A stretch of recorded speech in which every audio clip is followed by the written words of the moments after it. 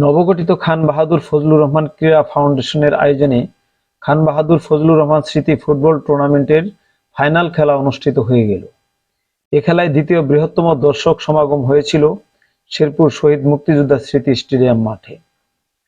৮ November শনিবার বিকেলে অনুষ্ঠিত ফাইনাল খেলায় হাজার হাজার দর্শকের উপস্থিতিতে বগুড়া ফুটবল একাদশকে ১-০ গোলে হারিয়ে চ্যাম্পিয়ন হয়েছে শেরপুর জেলা দল। এবারের খেলায় শেরপুরের মানুষের মধ্যে আবারও ফুটবলের প্রতি ভালোবাসার বহিঃপ্রকাশ ঘটেছে। খান বাহাদুর ফজলুর রহমান ক্রীড়া ফাউন্ডেশনের সভাপতি রাজিয়া সামাদ ডালিয়া জেলার কিশোর, তরুণ ও যুবকদের মাদকসহ নানা অপরাধী কর্মকাণ্ড থেকে সরিয়ে আনতে ফুটবল, ক্রিকেট, সাঁতার ও অ্যাথলেটিক খেলার উন্নয়নে কাজ শুরু করার ঘোষণা দিয়েছেন। এতে খুশি খেলোয়াড় সহ ক্রীড়াপ্রেমী মানুষ।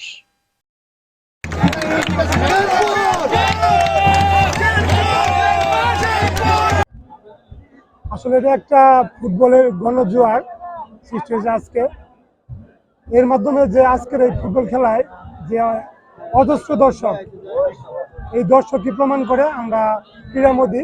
আমাদের শেরপুরে কোনো খেলা নাই, যদি ধারাবাহিকভাবে খেলাধুলার আয়োজন করা হয় তো আমি মনে করি মানুষ ক্রীড়ার দিকে ঝুঁকবে। এতে করে আমাদের সামাজিক যে বিভিন্ন অপরাধ, যেমন করে মাদক, তারপর যে এখন অনলাইনে বিভিন্ন গেমে আসক্ত, এগুলো থেকে বের হয়ে আউটডোর এই গেমগুলোতে আমাদের উপকার হবে এবং আমাদের যুব সমাজ, আমাদের এই সমাজ এবং সবাই ঐক্যবদ্ধ হবে, একটি শক্তিতে পরিণত হবে।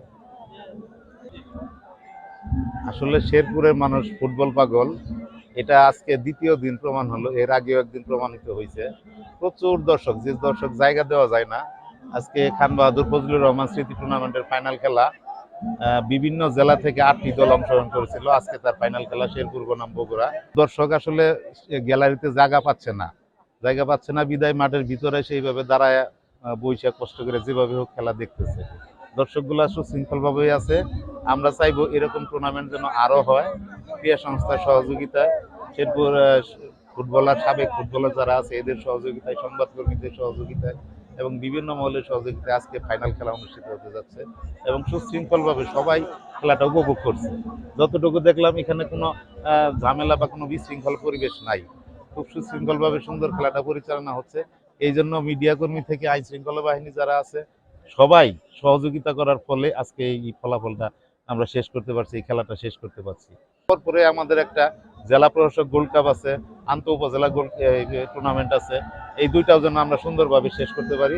আপনাদের সবাইকে আমি অগ্রিম দাওয়াত দিয়ে রাখলাম গোল্ড কাপ, জেলা প্রশাসক গোল্ড কাপ এবং আন্তঃ থানা উপজেলা টুর্নামেন্টকে সবাইকে আহ্বান জানাচ্ছি মাঠে এসে খেলা দেখার জন্য। আসসালামু আলাইকুম। আমরা ইতিমধ্যে যে ফুটবল খেলাটি দেখতে পাচ্ছি, আমাদের শেরপুর জেলা স্টেডিয়ামে এই ফুটবল খেলাটি অনুষ্ঠিত হয়েছে।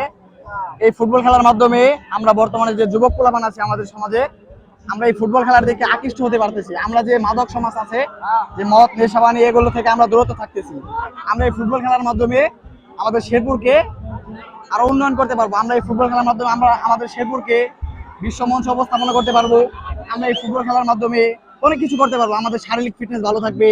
আমরা এই ফুটবল খেলা ভালো করতে পারলে আমরা ভবিষ্যতে বাংলাদেশ সেনাবাহিনীতে কিংবা যে কোনো ডিফেন্স লাইনে গেলে আমরা সঠিক আমাদের শরীরের ফিটনেস ভালো থাকবে। আমরা